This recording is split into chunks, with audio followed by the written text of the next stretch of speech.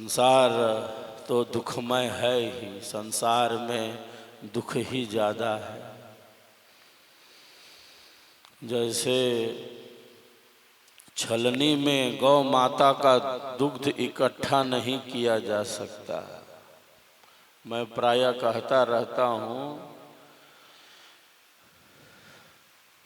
जैसे छलनी में गौ माता का दूध इकट्ठा नहीं किया जा सकता। सारी गायों का दूध छलनी में दूह लिया, छलनी खाली की खाली। सारी गायों का दूध छलनी में दूह लिया, छलनी खाली की खाली। उसी प्रकार मन को संसार के विषयों से, भोगों से, पदार्थों से, संबंधों से जितना भी भर लिया, मन जैसे बिल्कुल खाली की खाली, अतृप्त ही अतृप्त। जिस प्रकार छलनी में गौ माता का दुग्ध इकट्ठा नहीं किया जा सकता तो नहीं किया जा सकता, उसी प्रकार मन को संसार के विषयों से, भोगों से, पदार्थों से, संबंधों से तृप्त नहीं किया जा सकता तो नहीं किया जा सकता। मन को हम जितना साधते हैं, जितना हम मन को साधेंगे, जितना हम अपने मन को साधेंगे, जितना हम अपने मन का नियंत्रण करेंगे, हमारे जीवन की कठिनाइयाँ उतनी ही कम होंगी, हमारे जीवन की जटिलताएं उतनी कम होंगी, हमारे जीवन की उठापटक उतनी ही नियंत्रित होगी जितना हम अपने मन का संयम करेंगे, जितना हम अपने मन को साधेंगे। क्योंकि हमारे भीतर अनंत शक्ति है। जितना हम अपने मन को साधेंगे, हमारी अंतः ऊर्जा उतनी ही जागृत होगी, उतनी ही जागृत होगी। जैसे पीपल का पत्ता है,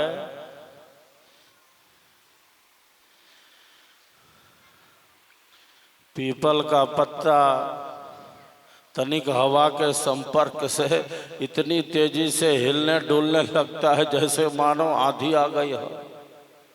अभी बहुत सामान्य हवा चल रही है, हवा की गति अभी सामान्य है, लेकिन पीपल का पत्ता इतनी तेजी से हिल डुल रहा है जैसे मानो कि बहुत तेज आंधी आ गई हो। हमारा मन भी इसी तरह है। हमारा मन बाह्य संपर्क में ही अधिक है, हमारा मन संसार में ही अधिक से अधिक है। हमारा मन संसार में ही है, मन ऐसा ही है, बाह्य संपर्क में ही अधिक है। तो तनिक हवा के संपर्क से जैसे पीपल का पत्ता हिलने डोलने लगता है बहुत तेजी से, वैसे ही जिनका मन बाह्य संपर्क में अत्यधिक है, बाहर थोड़ा भी बदलाव हुआ तो भीतर जैसे मानो भूकंप आ गया हो। कोई हताशा, कोई निराशा हमें घेर न ले। संसार में दुख है तो है, और हमारे दुखों का कारण हमारा अज्ञान ही तो है। हमारे दुखों का कारण हमारा अज्ञान ही है, हमारा कर्म ही है। आदि अनादिकाल से हम कर्म करते आ रहे हैं। जब कर्म करते आ रहे हैं तो फल कौन भोगेगा? ऐसा नहीं कि शुभ कर्मों का फल हम ले लें और अशुभ कर्मों का फल आने लगे तो हम कहें कि नहीं, हम इनका तो फल नहीं भोगेंगे। हम कर्म करने में स्वतंत्र हैं। हम कर्म करने में स्वतंत्र हैं। ईश्वर ने स्वतंत्रता का अधिकार दे दिया, मन बुद्धि विचार दे दिया, ज्ञान और कर्म का समन्वय ये शरीर दे दिया है। हम कर्म करने में स्वतंत्र हैं, किंतु हम फल भोगने में स्वतंत्र नहीं, ईश्वर के नियमों के अधीन हैं, ईश्वर के नियमों के। वही हमारे कर्मों का साक्षी है, वो दृष्टा है, वो देख रहा है हमारे कर्मों को। जो देखता है, जो जानता है, वही न्यायाधीश न्याय करता है। ईश्वर हमें दुख देना नहीं चाहता, वो दुख है ही नहीं उसके पास कि वो दे दे। जिसके पास जो वस्तु हो ही ना, वो दूसरों को कैसे दे सकता है? परमात्मा के पास दुख है ही नहीं तो कहाँ से दे देगा? उसके पास दुख नाम की कोई वस्तु है ही नहीं। हमारे ऋषियों ने कहा है, ब्रह्म ही आनंद है, आनंद ही ब्रह्म है। आनंदो ब्रह्मे दिव्यजाना आनंदाद्वै खल्विमानि भूतानि जायन्ते आनंदेन जातानि जीवन्ति आनंदम प्रयन्त्यभिसंभिसन्ति तद ब्रह्म। ब्रह्म ही आनंद है, दुख कहाँ है उसके पास? ब्रह्म ही आनंद है, आनंद ही ब्रह्म है। वो दुख नहीं दे सकता, दुख है नहीं उसके पास। वो केवल न्याय करता है, वो हमारे कर्मों का फल देता है। प्रत्येक जीव को ईश्वर उनके कर्मानुसार ही फल देता है। जिसको जहाँ भेजना है भेज देता है। हम सबका संकल्प महान, विहंगम योगी करे पुकार, विहंगम योगी करे पुकार। संकल्प दिव्य निभाएंगे, संकल्प दिव्य निभाएंगे। हम सबका संकल्प महान। एक बार सब एक दूसरे के लिए तालियों की गड़गड़ाहट कर रहे हैं। हम सब जय स्वर वेद कथा के दिव्य स्वरों से आनंद लाभ लें। ये दिव्य वाणी है, अमृत है। ये सद्गुरु के अनुभवों की ही वाणी है। अनुभवों को ही अभिव्यक्ति प्रदान की गई है। स्वरवेद की ही वाणी अधिक गूंजनी चाहिए, अधिक से अधिक सत्संग ही होना चाहिए। जय स्वरवेद कथा के दिव्य स्वरों से हम सब आनंद लाभ लें। जय स्वरवेद कथा।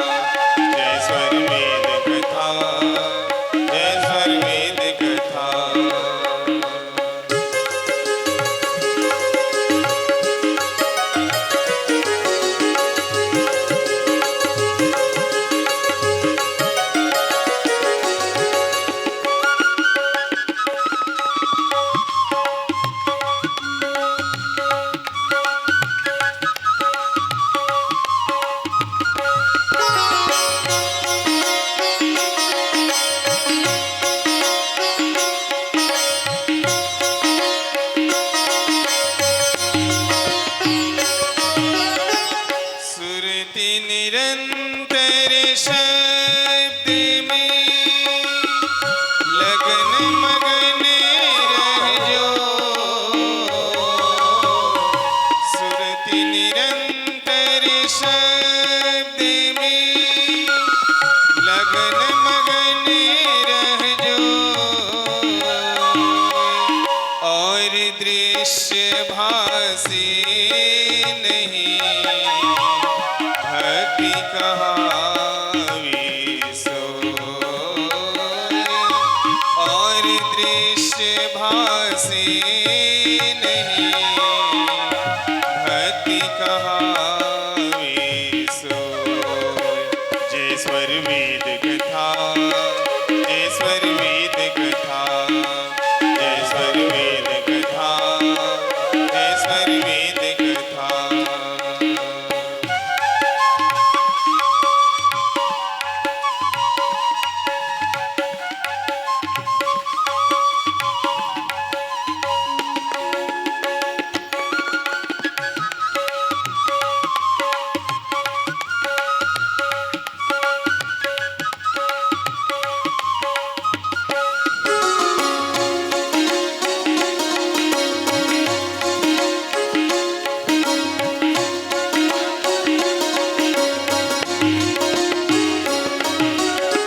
पूर्ण ज्ञान के उदय में कर्म भक्ति सब हो।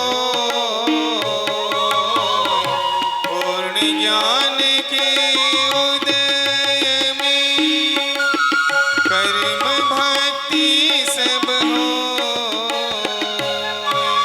बिना ज्ञान सब भ्रम है, धोखा जीवन सोय। बिना ज्ञान सब भ्रम है, धोखा जीवन सोय। जय स्वर वेद कथा, जय स्वर वेद कथा, जय स्वर वेद कथा, जय स्वर वेद कथा, जय स्वर वेद कथा, जय स्वर वेद कथा, जय स्वर वेद कथा, जय स्वर वेद कथा, जय स्वर वेद कथा, जय स्वर वेद कथा, जय स्वर वेद कथा, जय स्वर वेद कथा, जय स्वर वेद कथा, जय स्वर वेद कथा। तो हम सबों का जीवन आनंददायी बने। आध्यात्मिक ज्ञान का यही उद्देश्य है कि मनुष्य की हताशा, निराशा, कुंठा, अवसाद से उसे मुक्त किया जाए। संसार में दुख ही अधिक है और दुखों से मुक्ति का मार्ग आध्यात्मिक ज्ञान ही है।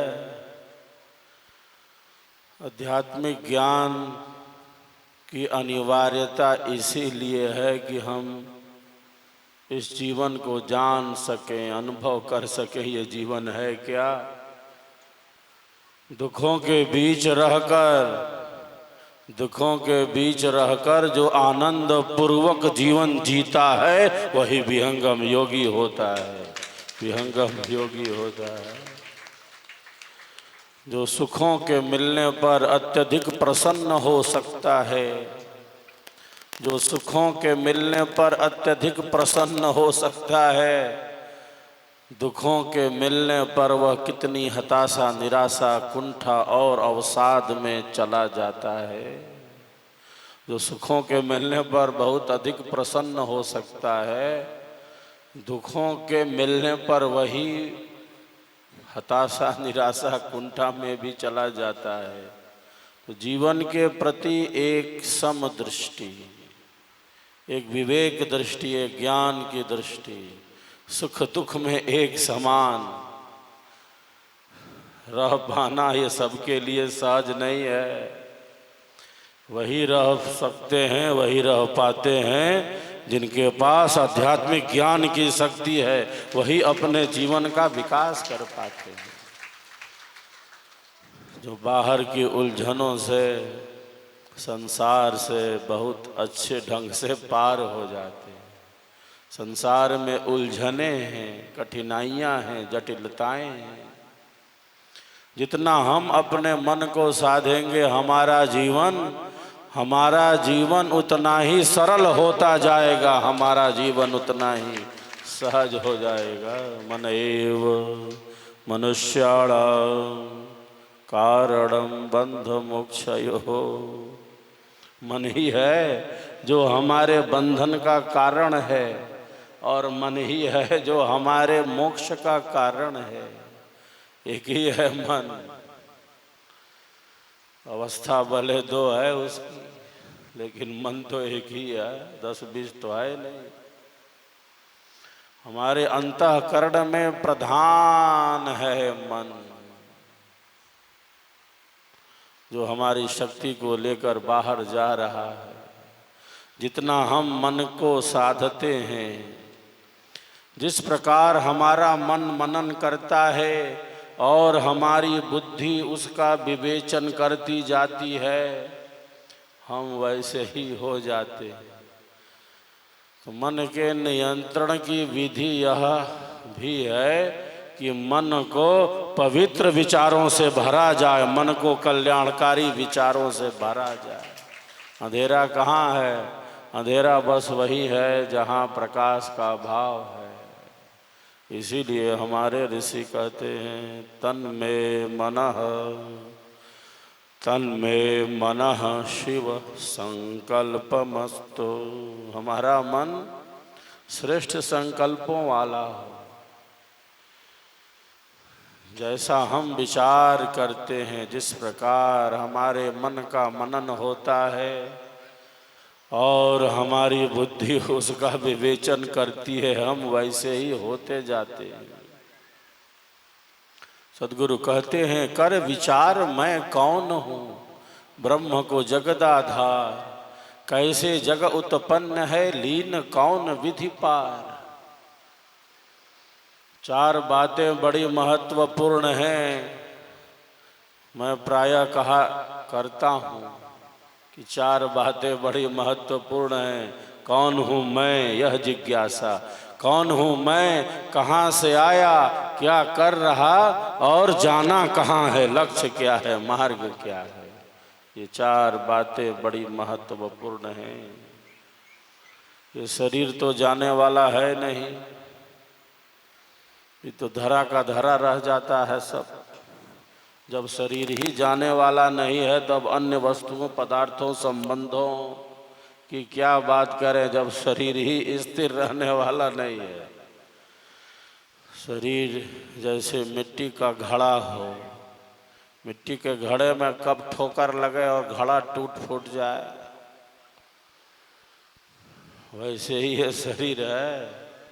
सब कुछ कितना क्षणिक है इस जीवन में। भगवान राम के गुरु वशिष्ठ भगवान श्री राम को बाल्यकाल में उपदेश देते हुए कहते हैं कि हे राम, जैसे बिल्ली घात लगाकर बैठी है, जैसे बिल्ली घात लगाकर बैठी है चूहे पर आक्रमण करने के लिए, चूहे को दबोचने के लिए,